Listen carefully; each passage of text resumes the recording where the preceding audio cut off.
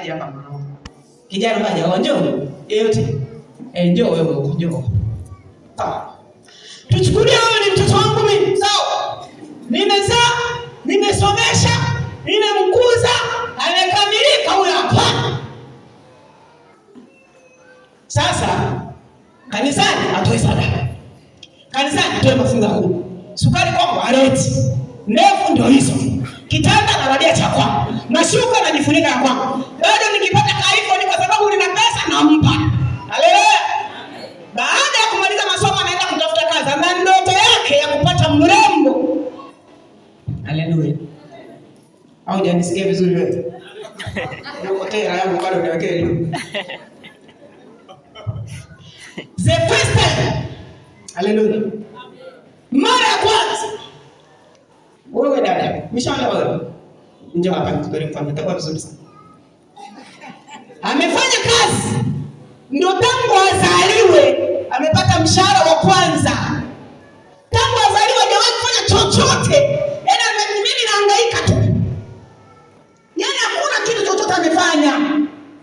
Sasa amekutana na huyu msichana, huyu tayari amesuka nywele kutoka kwa wazazi wake, amependeza hivi. Sasa akipenda huyu msichana, inabidi kiwango cha hizi nywele kipande kisishuke, ndio watu watajua kuna mtu.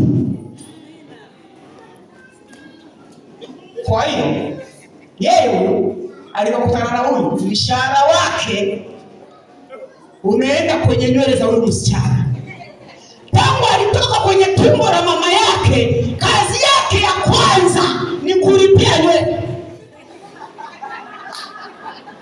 Halafu huyu amekula zote. Sasa hela ya huyu haitoshi. Inabidi ajiondoe. Wakati huyu amempandisha standard, amekuwa wa level ya juu. Wale wa level ya juu wanafanya nini? Wanapita naye. Yeye anaanza na sifuri. Anaenda tena. Anatafuta mwenye level nyingine inayofuata. Anamkuta katika suka wingi lake. Anatoa hela analipia, ndo kazi ya pili kuja duniani. Anamaliza kulipia na kaya kula zote zinaisha, kanapita hivi. Anashtuka na miaka 30. Bado yuko nyumbani kwangu na sukari hajawahi hata kununua. Wala chochote yana. Wasichana anapita hivi, amewapendezesha, wakachukuliwa na wengine wakachungiwa humu kanisani, na wengine wamefunga ndoa kwenye madhabahu hii. Yeye anatoa tu macho, analia, mnafikiri anashukuru Mungu, anaombolezea pesa zake, maana Maria haiko wekaza kukutoboa. Anarudi.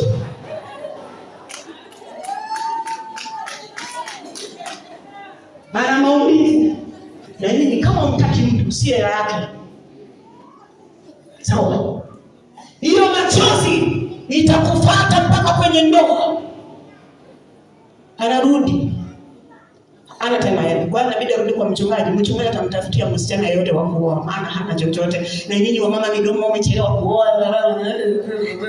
Maneno yameongezeka, hana hela. Anataka warembo, sasa hela zimeisha, wamekula zote. Yaani miaka 30 hamna alichokifanya, watu wanaondoka tu. Hata kula hali akashiba na mastress amekonda tu, hata uzuri wake uonekana. Hata kumiliki simu nzuri hakuna. Anakuja hapa na changia, anaoa yeyote. Anaoa yeyote. Anaoa yeyote. Moyo una choice. Piga huwa garagaza. Moyo una choice yake. Huyu yeyote amekuja na kibali yeyote. Maandiko anasema Bwana akamuona Rachel anapendwa kuliko nani? Kuliko walikuwa nani na nani?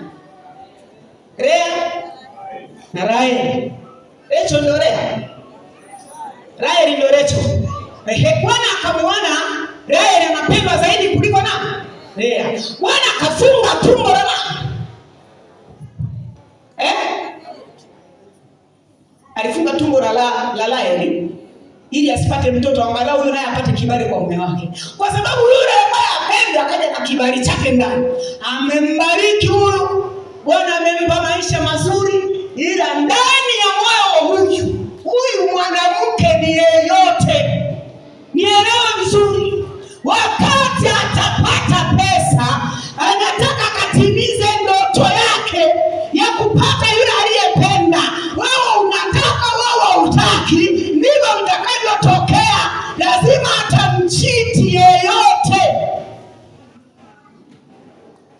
Haleluya.